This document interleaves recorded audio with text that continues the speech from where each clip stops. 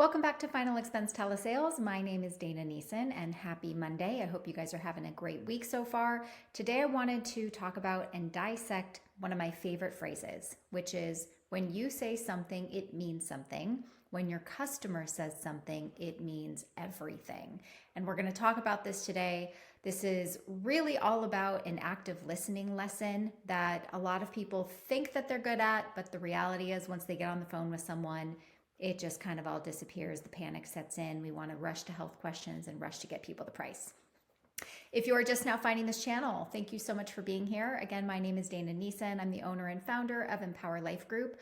We are an agency that specializes in selling final expense insurance over the phone, but we do offer other lines of insurance as well. If you're interested in learning more about how to join my team, please visit my website at empowerlifegroup.com. I'll put the link in the description below. So what do I mean by when you say something, it means something. When your customer says something, it means everything.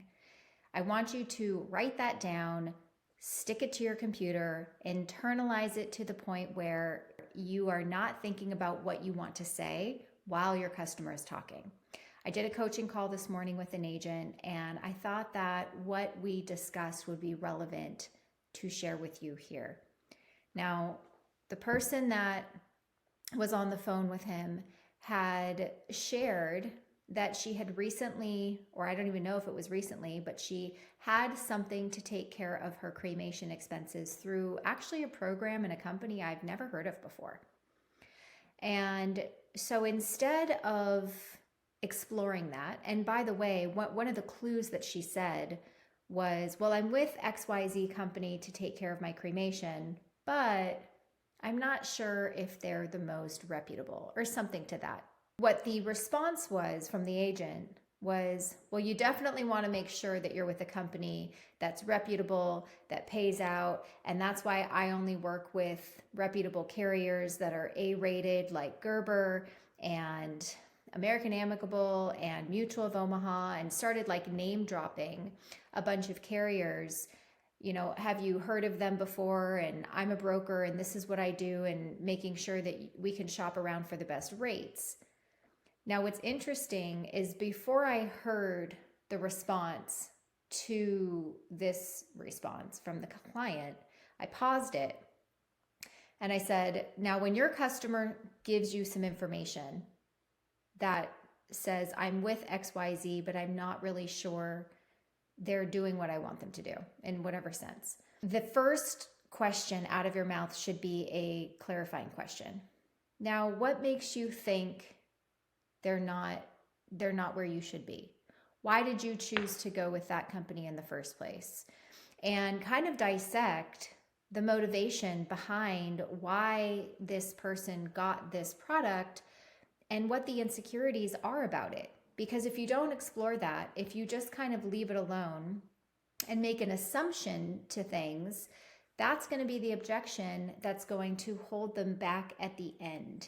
And even if you do everything else perfectly the rest of the time, if you fail to uncover this, it's going to come back to bite you at the end, even if they don't tell you. So when the customer says something, in this example, I have my cremation covered with XYZ, but I'm not too sure I'm happy with it, and you ignore it and you move on to who you are and what you do, when I hit play again, she said, okay, well, can you just send me the information? And that's a total normal, legitimate response. But the reason that he got that objection, can you just send me the information, was because he immediately made the direction of the call about him. And when you get a little bit of information from your client and you fail to challenge them to go deeper or provide you with more information, or to ask some clarifying questions to get them to tell you more about why and where that's coming from, and maybe there's something that could help them a little bit better, and you then immediately make it about you and who you are and what you can do, that actually pushes customers away.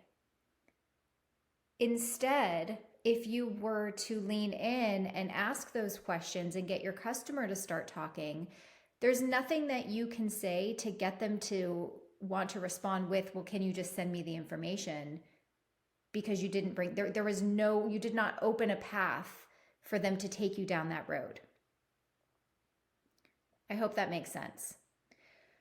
And so when I do call reviews and when I listen to agents on calls that don't understand why they have trouble getting banking information at the end, which is why he brought this call to me in the first place, the reality is that it started in the first 5 minutes.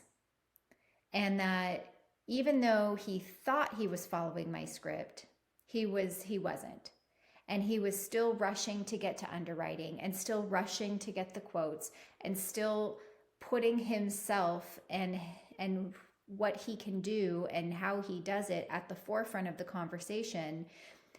That's going to create a transactional conversation. I've said it a million times. The only way we're going to get someone to be motivated to make a change is if we can create that gap. And the bigger the gap, the bigger the need will be for them to want to make that change. But if the gap is small and there's not a lot of urgency, or we don't really understand why somebody is on the phone with us, then they're going to come up with excuses at the end about why they can't provide us banking information. And so if you're getting stuck with not getting the information at the end that you need, like if you're taking people all the way to the end, that is a false sense of security that you're having good conversations. All you're doing is artificially extending the length of the call by going into underwriting because you think you're giving them what they need, when the reality is you're just playing mind games with yourself. And even if that works sometimes, it's not going to work all of the time. It's not even going to work 50% of the time. You're going to be stuck at like a 15 to 20% close rate because you're dealing with the people that were already ready to transact. And it's not the world that we need to live in if we want to really be great in this career. When we're in discovery, we also need to figure out where the client has been, where they are at, and where they want to be. Okay, this is like beyond just understanding a script, it's understanding the process. So when we talk about where somebody has been, in this example, she did something, took action to take care of the cremation, but we did not uncover what that was, if it made sense, and if it actually is going to solve the problem. We just took it as face value and tried to solve a different problem, which is, do you want to leave any I love you money behind for your family? She said yes. The agent said, well, what do you think? 15, 20,000? The client said yes. And then we just proceeded making an assumption that a $15,000 or $20,000 policy is what this person wanted, without really even understanding why. So let's just say, for example, someone has a policy, you're not going to change it, they're in a great position, but they're looking for extra money. This is not a case of, I need to make sure my family doesn't come out of pocket. This is extra, and extra means I don't really have to do it. I already have the most important thing taken care of. So how do you create urgency in a policy that isn't mandatory? You have to create that urgency, and you can only do that by asking questions and getting more information from your client. So in the case of, I'd like to leave you I love you money behind. Okay, let's talk about that. How many kids do you have? How much do you think would be appropriate to leave them? Or how much would you like to be able to leave them if you could? And let's pretend she says, I'd like to leave them $10,000 apiece. Oh, okay. Well, how did you come up with that number? What do you think they would use that for? Have you ever gotten quotes for that amount of coverage? And really kind of dissect where that's coming from so you can learn a little bit more about the emotional motivation behind the 10,000. That will possibly allow you to make different recommendations, or it'll allow you to then transition into education. Because if you don't educate your clients, you are also running into the risk of making them think that's too expensive, right? If they don't know the difference between term and whole life, and you quote them a $20,000 policy and it's more than they can afford, they're going to think they can't afford it without taking the time to go through it. So I know I'm kind of all over the place right now, but I wanted to get at least the point across to you that everything your customer says is an opportunity to learn more. Everything that they say is an opportunity to understand them better. And if you skip those moments and you just ask your next question, or you just tell them who you are and what you do, and you go into underwriting as fast as you possibly can and just quote everybody that's on the phone with you, and you don't take the time to understand where they came up with this number and how you could help them and educate them and go through the actual process, you are going to be quoting a lot of people that will be giving you objections at the end. And that is not the place you want to be if you want to have tremendous success in selling life insurance.